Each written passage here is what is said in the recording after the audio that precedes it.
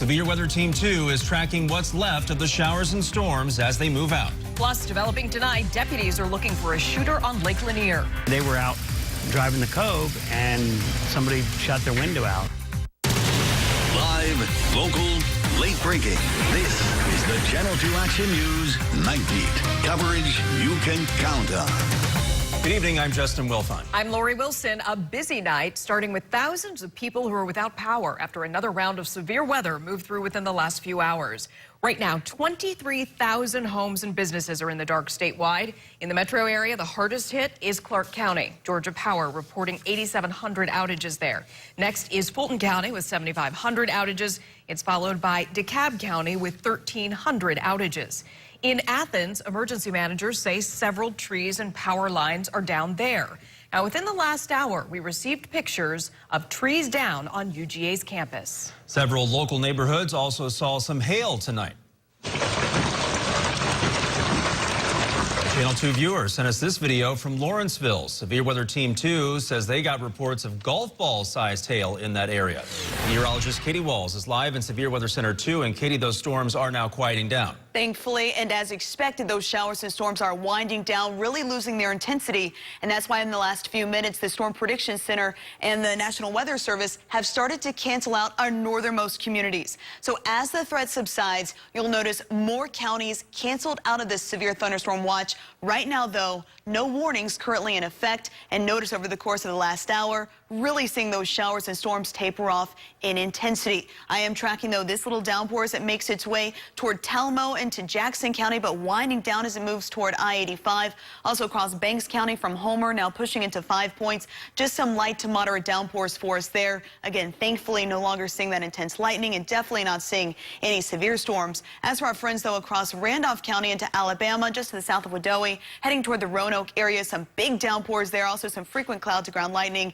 And this will likely head toward West Point Lake, eventually into Troup County, but again, is not severe. I'm also tracking this little downpour right now, making its way into southwestern Meriwether County, heading toward Durant, but at this point not producing any cloud to ground lightning strikes. In terms of the storm threats for tonight, things are certainly winding down as we broaden out our view. So notice most of those showers and storms in Alabama, they'll stay in Alabama and then push into middle and south Georgia, south of North Georgia. So at this point, I'm not expecting any more severe weather overnight tonight, but tomorrow we do have the risk for more storms firing up in the afternoon. I'm updating that timeline next. Several southwest Atlanta homes lost power during tonight's storms. Emergency crews were called to County Line Road after a tree hit power lines. While we were there, we saw Georgia Power crews on the scene. In southeast Atlanta, a tree hit a carport on Benteen Avenue in Grant Park. You can see those limbs hanging on some power lines there. As Severe Weather Team 2 tracked today's storms, we kept you up to date with the WSB TV weather app. It sends up-to-the-minute weather and storm alerts based on your exact location. The app is free to download on your phone or tablet. Breaking news, the man accused of assaulting a nanny at a North Fulton County park is now in jail. Police say he turned himself in after seeing the report on the news. This comes just one day after police released this sketch in Monday's attack at a park on Woodstock Road in Roswell. The nanny said the man walked up and groped her and said, "I love you." Police identified the man as a 59-year-old Itzet Dedick. Developing tonight, a deadly store shooting in Southern California. The Los Angeles mayor is saying one woman died at a Trader Joe's where a gunman took hostages today. The suspect is now in custody. Police say the man shot his own grandmother and girlfriend earlier in the day, then ran into that store after he crashed during a police chase. Tonight, crews are searching for a missing man who may be in a lake at a VFW park. The Haralson County Fire Chief telling us they were called to Lake Olympia in Buchanan around 6:30 this evening. The search encompasses the entire property, including the lake.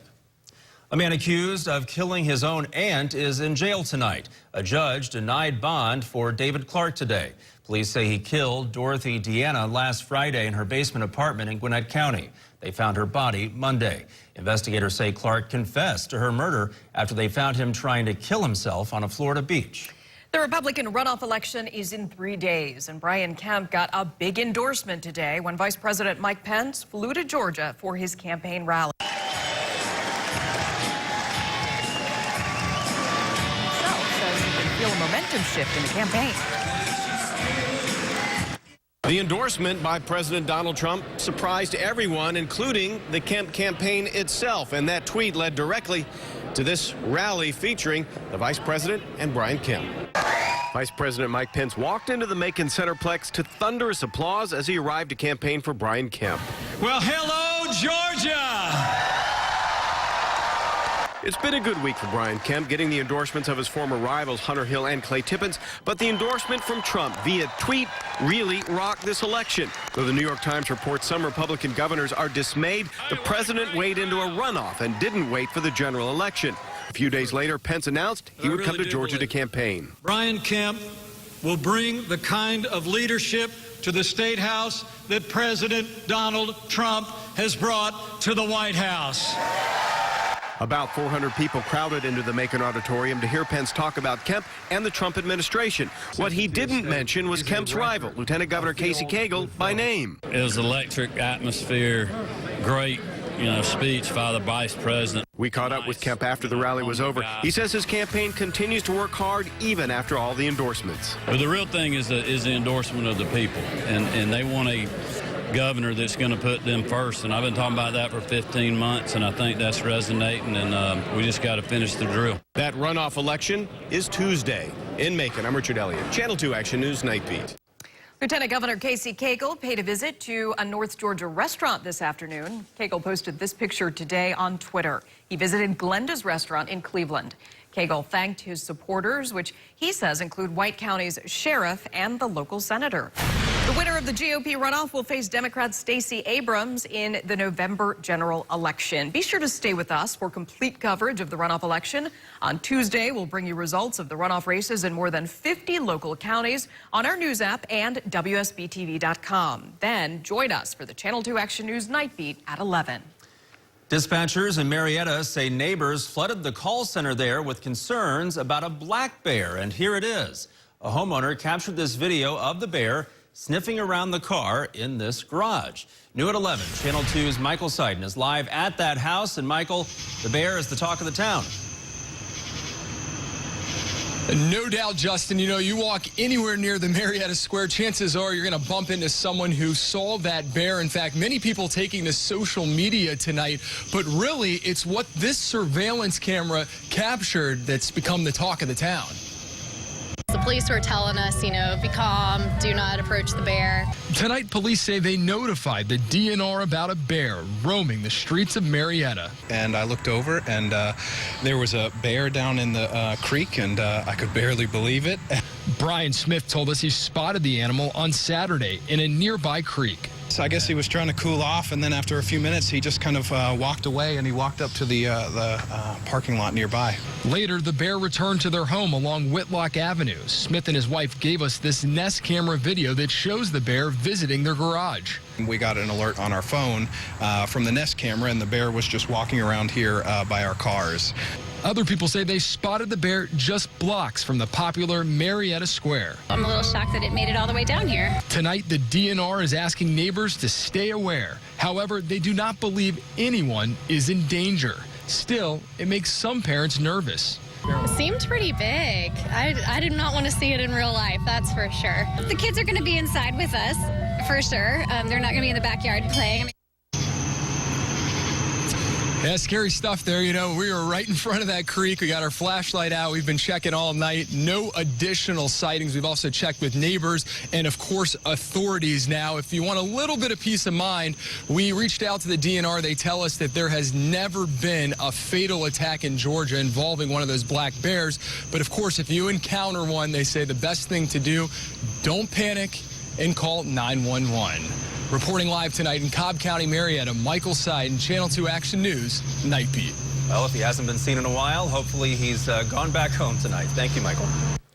A big thank you to all of you who gave us back to school supplies today for our annual Stuff the Bus drive. All of those supplies will go to children in need across the metro area. Along the way, we had lots of fun today collecting those supplies.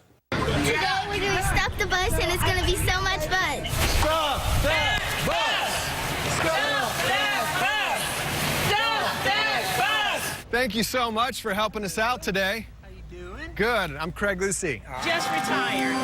33 years of teaching, and so working right. Moving it on to somebody who can use it. How you doing today? How you doing? Brian. Book bags. Book bags. Book bags. Boxes. Notebooks, crayons, pencils, pens. There's scissors, there's folders, there's colored pencils, there's regular pencils, erasers. Hooked us up. Great. We appreciate it. Oh, wow. Because I want to give it to people who don't have any money to buy stuff. Because they have worked this hard to make money for their kids to go to school. Thank you so much. That's so nice. We appreciate it. Thank you. Hope all my friends are watching. Okay, bye. Adorable. A lot of fun, huh? Yeah, the grand total. You were out there too. In Kennesaw this morning, yeah. Kennesaw, 1,500 book bags today. Impressive. If you'd still like to donate, you can still do that at Kroger stores for the next week. Yes, thank you again to all of you who've donated now year after year to Stuff the Bus. And you know, weather was picture perfect. The storm stopped right in time for Stuff the Bus. Now I'm tracking those showers and storms winding down across North Georgia.